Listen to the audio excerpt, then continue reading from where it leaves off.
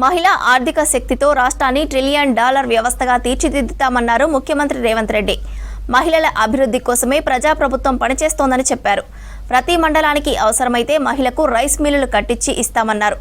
10 ఏళ్ల రాష్ట్ర సొమ్మును పందికొక్కుల్లా మెక్కారని విమర్శించారు మంత్రులు.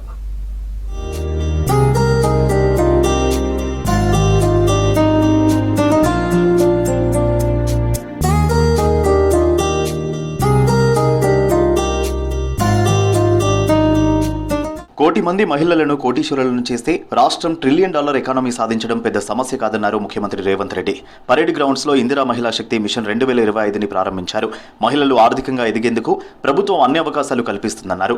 మహిళలకు 10 ఏళ్లు పట్టిన చంద్రగ్రహణం వీడి వెలుగులు వచ్చాయన్నారు సీఎం. కూలీ నాలి ఇంటి పని పాచి పని చేసి వ్యవసాయ పనులను చేసి ఈ రోజు కుటుంబాలను 60 ఏళ్ల పైబడ్డ ఆడబిడ్డల బాధ్యత మోస్తున్నారు. అందుకే 60 ఏళ్లు పైబడిన ఆడబిడ్డల్ని కూడా అక్కల్ని పెద్దమ్మల్ని ఈరోజు సంఘాలలో సభ్యులుగా చేయడానికి నిబంధనలను సడలించినాం.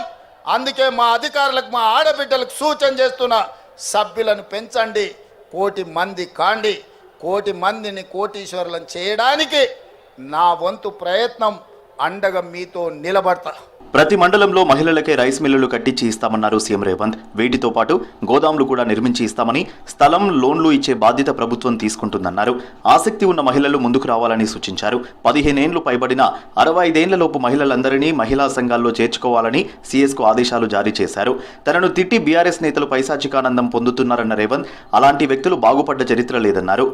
ఏనన్నా పంట ఎండిపోతే వాళ్ళు సంతోషపడి గంతులు వేస్తున్నారు. ఇంత పైశాచిక ఆనందం ఎక్కడ నన్ను ఉంటుందా? ఏందే వాళ్ళ ఆలోచన?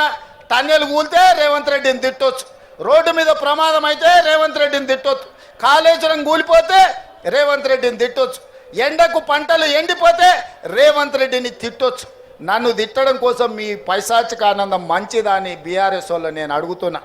10 ఏళ్ళు ఏల్తిరి దోసుకుంటురి, 10 నెలలు కూడా కాలేదు, అప్పుడే ఈ ఏడుపులు పెడబొబ్బలేంది. గత ప్రభుత్వం పందికొక్కుల్లా రాష్ట్ర ఖజానాను మెక్కాయే తప్ప ఏనాడు ప్రజల గురించి ఆలోచించలేదన్నారు డిప్యూటీ సీఎం బట్టి విక్రమార్క. 10 ఏళ్లు డ్వాక్రా సంఘాలను మర్చిపోయారని చెప్పారు. రాష్ట్రంలో మహిళలు ఆత్మగౌరవంతో బతికేలా చేస్తామని చెప్పారు. ఇందిరా మహిళా శక్తి దేశానికి ఘనకీర్తి అన్నారు మంత్రి సీతక్క. మహిళల గురించి పూర్తిగా మర్చిపోయారు ఆనాటి టిఆర్ఎస్ ప్రభుత్వం. కనీసం మాట మాత్రమైనా ఎప్పుడైనా డ్వాక్రా సంఘాల గురించి, ఇందిరా క్రాంతి పథకం గురించి మాట్లాడదామనంటే సమయం కూడా ఇచ్చేవాళ్ళు కాదు. పందికొక్కుల్లాగా తిన్నారు తప్ప రాష్ట్రంలో ఉన్నటువంటి మహిళలకి వాళ్ళ ఆర్థికంగా నిలబెడదామనేటువంటి ఆలోచన ఏమాత్రం చేయనటువంటి ఆ ప్రభుత్వ హయామిని కూడా చూశాను. గతంలో ఎన్నలేని విధంగా మహిళలకు మహిళా సభ్యురాలుగా ఉంటే ఏదైనా ప్రమాదంతో చనిపోతే 10 లక్షల వరకు మరి ప్రమాద బీమా కూడా ఏర్పాటు చేయడం జరిగింది. 2 లక్షల వరకు లోన్ బీమా ఇవ్వడం జరిగింది. ఐటీ కారిడార్లో 9 కోట్లతో ఇందిరా మహిళా శక్తి కూడా ఇవ్వడం జరిగింది. అంతకుముందు మహిళా సంఘాల ఆధ్వర్యంలో నడిచే 150 బస్సులను జెండా ఊపి ప్రారంభించారు రేవంత్ రెడ్డి. ఆ తర్వాత పరేడ్ గ్రౌండ్స్ లో ఇందిరా మహిళా శక్తి మిషన్ ను ప్రారంభించారు. 31 జిల్లా మహిళా సమైక్య సంఘాల ఆధ్వర్యంలో 31 జిల్లాల్లో పెట్రోల్ బంకుల ఏర్పాటు కోసం ఆయిల్ కంపెనీలతో ఒప్పందాలు చేసుకున్నారు. మహిళా సంఘాలకు రుణ బీమా, ప్రమాద బీమా చెక్కులను అందించారు. జిల్లా మహిళా సమాఖ్యల సభ్యులకు యూనిఫామ్లు, చీరలను పంపిణీ చేశారు రేవంత్ రెడ్డి. ఆ తర్వాత మహిళా సంఘాల స్టాళ్లను పరిశీలించారు. తెలంగాణ సంస్కృతి సారథి రూపొందించిన ఓ మహిళ అనే పాటను ఆవిష్కరించిన రేవంత్ రెడ్డి మహిళా సభ్యులను అడిగి వివరాలు తెలుసుకున్నారు.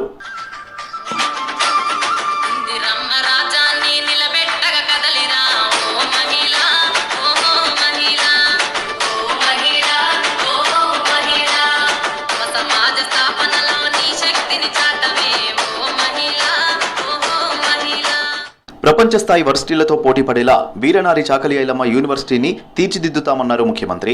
కోటి ఉమెన్స్ కాలేజీలో వర్సిటీ నిర్మాణానికి శంకుస్థాపన చేశారు. ఈ వర్సిటీకి చాకలి ఐలమ్మ పేరు పెట్టడం రాష్ట్రానికి గొప్ప కీర్తి అన్నారు రేవంత్. ఇక్కడ చదివిన ప్రతి ఆడబిడ్డ ప్రపంచ స్థాయిలో రాణించాలని కోరారు. దేశాభివృద్ధి జరగాలంటే మహిళల ప్రాధాన్యత పెరగాలని చెప్పారు రేవంత్. వీరోచితంగా పోరాడిన తెలంగాణ పౌరుషాన్ని ప్రదర్శించిన వీరనారి చాకలి ఐలమ్మ పేరు పెట్టుకోవడం ఇది తెలంగాణ ప్రతిష్టకే ఒక గొప్ప కీర్తి.